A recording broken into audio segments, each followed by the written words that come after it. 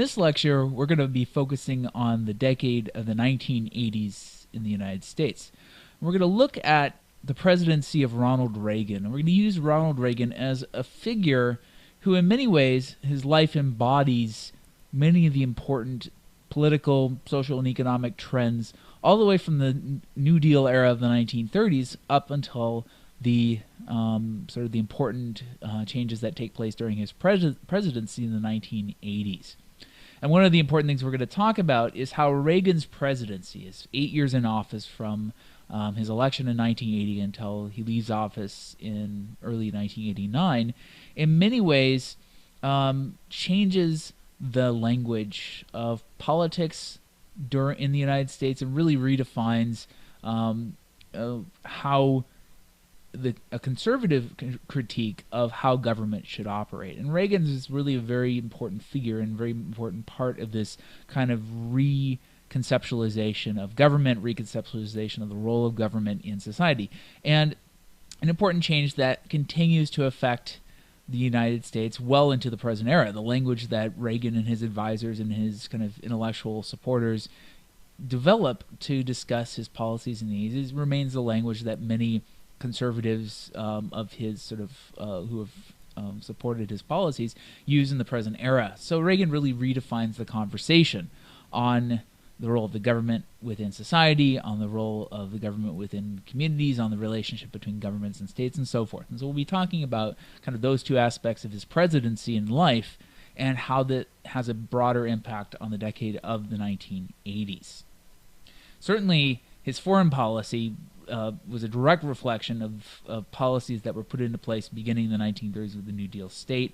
His foreign policy was a direct reflection of the Cold War conflict between the United States and the Soviet Union that had developed after 1945 and was certainly continuing in the 1980s. And ultimately, his election in 1980 was a response to the political crisis that we talked about in the last lecture, political economic crisis we talked about in the last lecture in the 1970s. So Reagan's very, very important kind of very liminal figure, a very important figure to look at as a way of examining these broader events and broader trends taking place in American history. Before we talk about Reagan's presidency, it's important to talk a little bit about Reagan the man. And Reagan, again, this sort of embodiment of a 20th century man, a man who grew up and was involved and lived his life during many of these very important kind of transitionary periods in American history. Reagan's born in 1911. He's born in a relatively small town in Illinois. And so he grows up sort of in the small town life for a number of years. Has a difficult childhood. His father had worked in a variety of positions, both in Illinois, in the various towns in Illinois, briefly in Chicago, and it's not the strongest childhood. Ultimately, his father loses his job during the Great Depression, and Reagan has to sort of try to help support his family. He works in a number of occupations. He actually takes a WPA job during the New Deal. He then works in radio for a little while, and finally he decides in the late 1930s to go to Hollywood to try his luck in the movies. And as it turns out, Reagan is very successful. He is able to secure a movie contract and works for quite a few years and works in a number of different Hollywood pictures over the years and becomes well known within the Hollywood community, becomes a well-established member of the Hollywood community. To the point where in 1947, he actually is elected to the president of the Screen Actors Guild, the SAG, the group that represents all Hollywood actors. And this role as a union president is very important to him. And Reagan is certainly influenced by the era of the New Deal. He's somewhat a liberal in his youth, but as he gets older and spends more time in Hollywood, he starts to become more conservative, especially after World War II. Reagan doesn't serve overseas in World War II. He serves in a number of support roles in the United States, primarily having to do with making movies, kind of propaganda movies that were supporting the war, or movies for the Army, kind of educational movies for Army troops. But during and over at the end of the war, especially as the Cold War begins to develop between the U.S. and the Soviet Union, Reagan definitely becomes a more conservative in his politics. And especially in the early 1950s, he is a very important Hollywood conservative. He's very supportive of efforts by HUAC.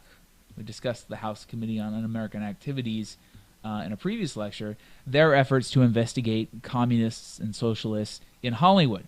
And so actually Reagan is very willing to testify before HUAC's investigative committees that ultimately lead to blacklisting of the sort of the Hollywood 10, these famous screenwriters, producers, directors who are seen to have communist affiliations. So Reagan definitely becomes more conservative during the late 40s and the early 1950s. He also works for a number of years for the General Electric Corporation and doing General Electric theater, and as sort of the official corporate spokesperson in a way for General Electric, this large, powerful U.S. corporation, which requires him to spend a lot of time touring General Electric facilities, learning more about the company. And certainly his work as a GE spokesperson gets his name out there, becomes well known by being the host, this television host of the GE Theater.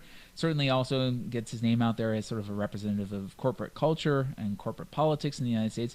And in some ways, Reagan helps use this as a springboard to move into politics and ultimately become a Republican. He runs for office in California in 1966. The gubernatorial race in California, and he's elected governor in 66, and kind of a conservative reaction to all the social unrest and kind of political unrest that was coming about as a result of the Vietnam War and sort of the student protest movements and all the other things that were going on both in California and nationwide in the late 60s. Reagan serves 2 terms as California governor and ultimately steps down in 1975, decides not to run for a 3rd term in office. In 1976,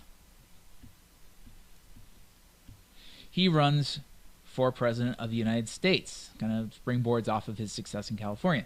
He runs against Gerald Ford in the U.S. in the primaries, in the Republican primaries, and Gerald Ford, as sitting president, has a slight advantage over Reagan. So ultimately, Reagan fails to win the Republican primary. Ford goes up against Jimmy Carter and loses that election. But Reagan decides not to let his loss in 1976 stop him, and in 1980, once again, he runs for president.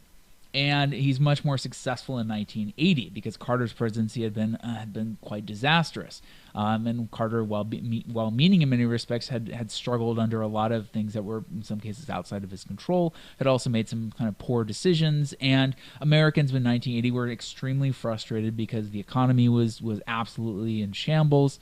The American foreign policy was kind of a mess. America was not looking so good, and they sort of took this out on Carter, and really in many ways a landslide election. They turned against Carter and they went with Reagan. Reagan had a very strong appeal to especially middle-class conservatives. This is really where he shined.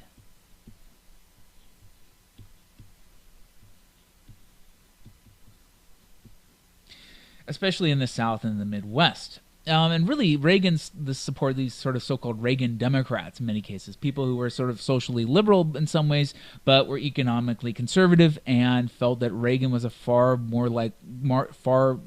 more successful candidate than perhaps Carter was to fix the economy and to fix a lot of the economic and the social problems that were going on in the United States. This was also part of this sort of broader realignment and white backlash against democratic policies in Vietnam, and especially the Great Society and civil rights that led to a stronger Republican presence in the South and in parts of the Midwest that had traditionally been more of democratic strongholds. So Reagan really benefits from this realignment. He offers hope, and he offers hope in the wake of this sort of disillusion and crisis of the 1970s. Reagan, by this point, is he's older, he's a well-established guy, he's grandfatherly in some ways, and so Americans liked him because he offered a very positive, kind of glowing perspective on that America's best days were still ahead. America's best days were not behind it. And as a result of this, he has a positive outlook. He has a very positive message, and he wins a great deal of support from these middle-class conservative Americans, whether or not they were Republicans. In his campaign, he promised to end stagflation, and in this stagnant economy, in this inflation that was just killing American savings, that was killing American businesses, and that was just causing all sorts of problems. Promises to restore America's place in the world. He's going to make America a country that can hold its head high, a country that's not embarrassed and not ashamed of what it does, and ultimately to restore confidence both domestically and internationally. And so it's a very powerful, very sort of positive message that he's promoting. Reagan wins the election in 1980 and assumes office during a period of again, still crisis. This crisis of the 70s that had continued into the early part of the 1980s. Economic crisis. There's a recession. Inflation. The money essentially is becoming worth less and less. And as a result, Americans have less money to work with in their daily lives because their wages aren't going up to match this double-digit inflation. Upwards of, in some cases, 16 to 18% inflation every year. So he's dealing with this economic crisis. He's also dealing with the legacy of Vietnam. This sort of Vietnam syndrome or Vietnam effect that I mentioned in the previous lecture. Also the legacy of Watergate, this legacy of extreme distrust in political leaders. And he also assumes a political crisis that had come about under Jimmy Carter, the Iran hostage crisis. During the Iranian Revolution of 1979, the Iranian revolutionaries had taken Americans hostage who had been in the embassy, and Carter had been trying very hard to negotiate their freedom and had not been successful. And Reagan comes into office, and almost immediately the hostages are freed. And so for this, Reagan, had almost really nothing to do with it in a sense, but it's a huge win as he comes into office. So in many respects, for him, his first term in office is a response to these crises. And in many ways for Reagan, he's championing a conservative revolution against this sort of New Deal state that had been created under Franklin Roosevelt and expanded later under the Democrats in the 1960s, Kennedy, and later Lyndon Johnson, and articulating a claim that government programs in a way did more harm than good, that policies like welfare and various other sort of social programs where the government was giving, essentially providing a social safety net or giving welfare support to poor Americans were in fact harming those people, that in fact they would be more successful if they didn't get government handouts and they went out and found a job. And this is sort of one of Reagan's broader critiques of the New Deal state, is that the government shouldn't be everything to everyone. The government shouldn't provide a handout to every person, that people had to, this phrase, sort of pull themselves up by their bootstraps and make their own lives successful as opposed to expecting the government to provide a handout. Domestically, I'm going to talk a little bit about Reagan's domestic policy, and then we'll talk a little bit about his foreign policy. His domestic policy was really about redefining the role of the state, kind of as I just mentioned. One of the big things he pushes for, he and the Republicans in Congress push for early on, is a continuation of policies that Jimmy Carter had initiated of deregulation. Deregulating American industries. The argument being that American industries were being choked by government rules and regulations, and that if you had fewer rules and regulations, American industry would be much more successful.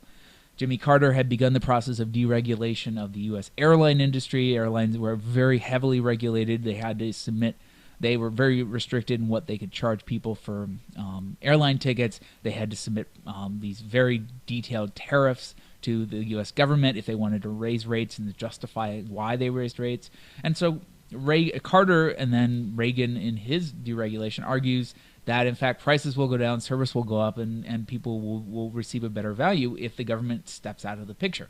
And so Reagan's legacy, of course, is deregulation, but he doesn't start it. Carter's really the one who starts to bring about deregulation.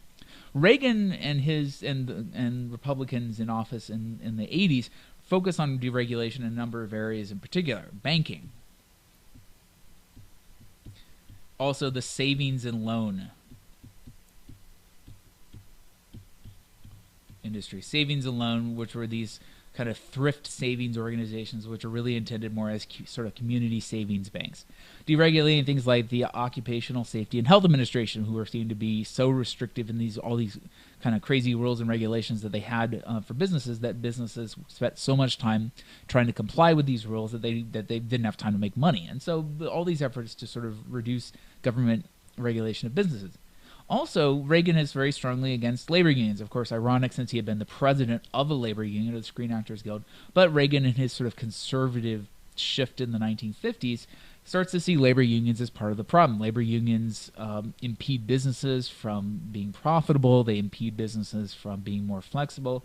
And he sort of takes a strong stand when in 1980, a federal labor union called PATCO, PATCO, which was a labor union that represented airline traffic controllers, air traffic controllers union, threatens to go on strike in 1981, wants higher wages. And Reagan argues strenuously that this will shut down the airline industry, this will shut down travel if all these air traffic controllers go on strike, and essentially tells them that it threatens them that if they go on strike, he will take action. And while PATCO goes on strike, Reagan essentially uses an executive order to abolish the union and then uses military air traffic controllers in place of civilians until new civilian air traffic controllers can be hired. So he basically kills the union, destroys it. It's gone.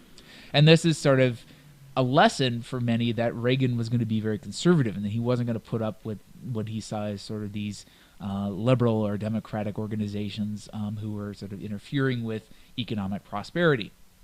Another policy that Reagan's advisors pushed very strongly for was a theory that was called supply side, and oftentimes termed trickle down. This is how it often becomes known. Supply side or trickle down economic theory. And the idea behind this was that if you reduce the tax burden on the upper classes, if you reduce the tax burden on people with money or businesses, that more of that money will then trickle down into the economy. So there was a push to restructure the U.S. tax code, reduce the tax rate on the upper classes, which was actually quite significantly high. The upper levels of the tax rates for some people we're talking about 60 to 70%, maybe perhaps even higher in places. And so there was a significant reduction in the tax rate for the upper classes and people who were making upwards of $250,000 a year or $1 million a year, and those rates are dropped down to around 30 to 35%. So 80%, 70% down to 35%. That's a significant savings in your tax bill every year.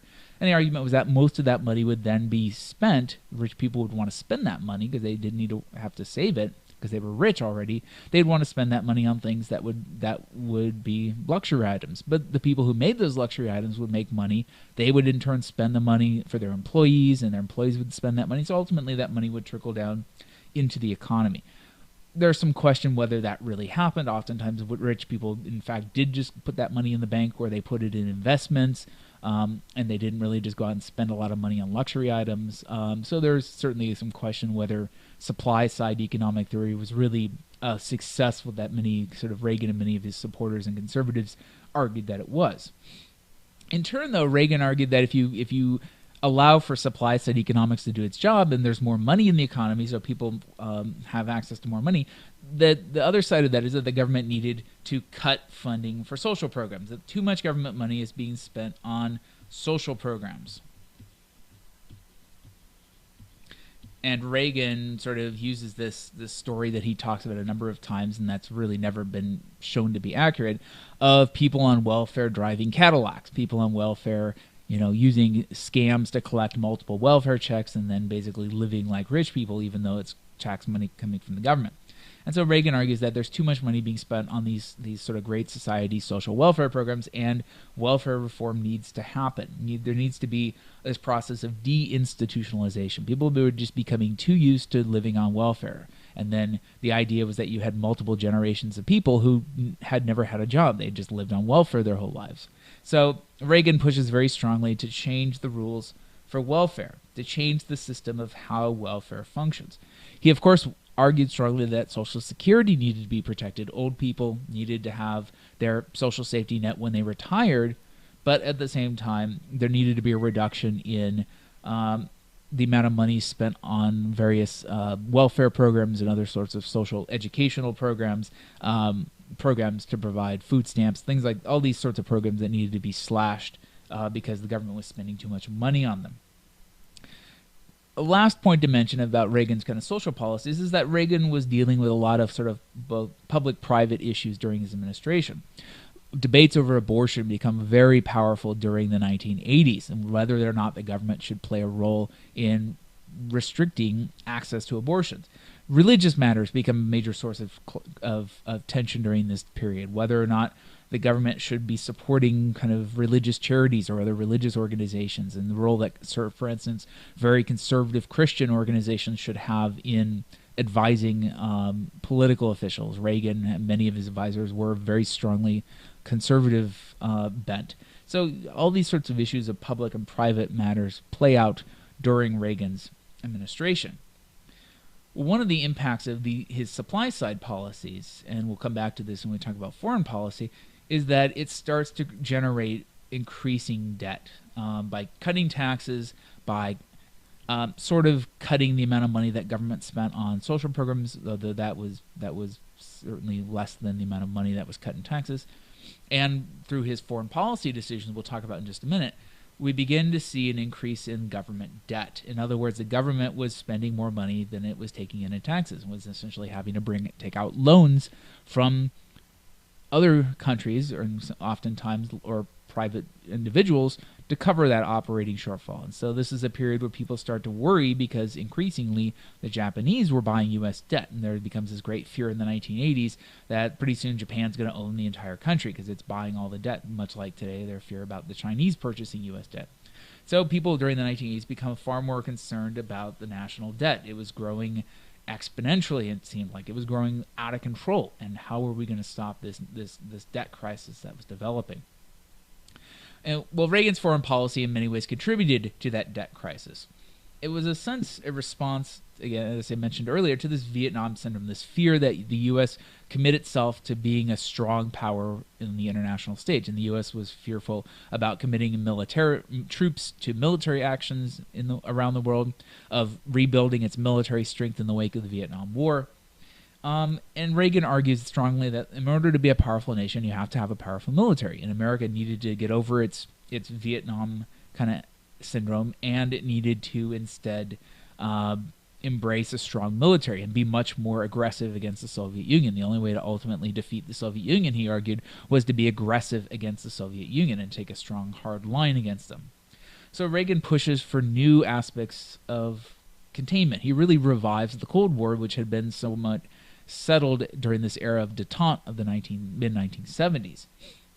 Pushes for support of anti-communist authoritarian regimes, even if they didn't support civil rights, even if they abused their people, as long as they were anti-communist, he was okay with that. And so there's a lot of support for South Africa during this time period, because they were sort of seen as a strong bulwark of capitalism against the threat of communism in Africa, even though South Africa had apartheid and was absolutely engaging in horrible practices towards the African population, the non-white populations in South Africa. Support for dictators in Latin and South America who were anti-communist but were also abusing human rights of their citizens, and other things like that. Reagan's also willing to engage in lots of clandestine operations. The CIA and the U.S. military engage in a lot of kind of clandestine operations during this decade. There are a number of scandals that come about as a result of this. The sort of infamous most infamous one during this period being the Iran-Contra Scandal, in which U.S. government, Congress in 1984 banned aid to the Contras in Nicaragua, which was a sort of a freedom-fighting group that was also rather, that was extremely violent, in some ways almost terroristic in their practices. But Reagan administration really wanted to provide aid to the Contras, and so they arranged in 1985 to sell arms to Iran, who was an enemy of the United States. It was almost in a way, after the Iranian Revolution, was seen as a direct threat to the United States. And part of this, and they arranged to sell these arms to the Iranians, through covert channels and then skim off part of the profits and use the part of the profits to support the Contras in Nicaragua. So many laws were being violated as a part of this activity, but it was sort of an example of this broader commitment to supporting anti-communist forces throughout the world. In Reagan's relationship, we could say the same in Afghanistan. There's a great deal of support during the 1980s for the Mujahideen, the anti-communist Islamic freedom fighters in Afghanistan. Of course, also has very powerful consequences for the United States in the decades that follow. Well, one of Reagan's direct policies, direct engagements of sort of against the Soviet Union, was to engage in a new form of arms race, essentially to end détente and to focus on a policy called the Strategic Defense Initiative. Oftentimes, a lot of people nickname this policy Star Wars because the idea was that they were going to launch satellites and other systems into space that would make it impossible for the Soviet Union to ever launch nuclear weapons by missile against the United States. So they would essentially shoot down all these missiles. And the idea was that they were going to build this system and it would give the U.S. an edge in the Cold War, because if suddenly the Soviet Union couldn't attack the United States anymore using missiles, it would make the U.S. a much more powerful adversary. And this really quite frightened the Soviet Union, and the Soviet Union engaged in a huge arms race in order to build up a massive stockpile of nuclear missiles and nuclear warheads to try to defeat this strategic defense initiative that Reagan talked about.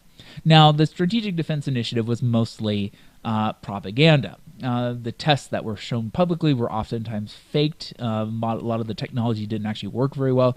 But what it did do is it scared the Soviet Union into spending huge sums of money to try to match the United States' efforts on military spending. Reagan also earmarks lots of money for expanding the U.S. Navy, expanding the U.S. Army, and the Soviet Union tried to keep up and struggled to keep up.